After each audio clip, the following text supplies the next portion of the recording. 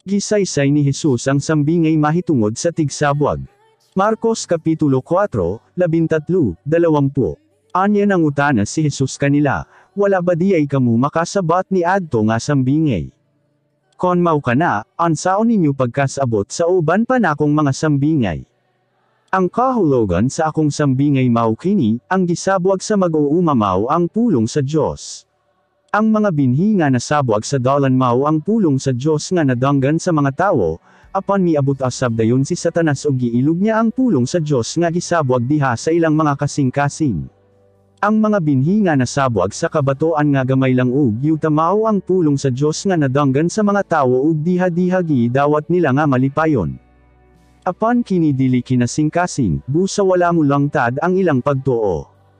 Sa pag-abot sa kalisod o paglutos tungod sa ilang pagdawat sa pulong sa Dios mibiya sila sa ilang pagtuo. Ang mga binhi nga nasabwag didto sa mga sagbot nga tuno kon mao ang pulong sa Dios nga nadanggan sa mga tawo, apan tungod sa mga kabalaka sa panginabuhi ug pagpaningkamot nga makaangkon og baandi, ug tungod sa sobra nga pagtinguha sa uban pa nga mga kabtangan, nalimtan nila ang pulong sa Dios nga ilang nadanggan ug wala kini namunga sa ilang kinabuhi. Apan ang mga binhi nga nasabwag sa maayo nga yutamaw ang pulong sa Dios nga nadungog sa mga tawo ug gidawat nila sa kinasingkasing ug namunga sa ilang kinabuhi. Ang uban igo-igo lang ang bunga, ang uban daghan, ug ang uban daghan kaayo.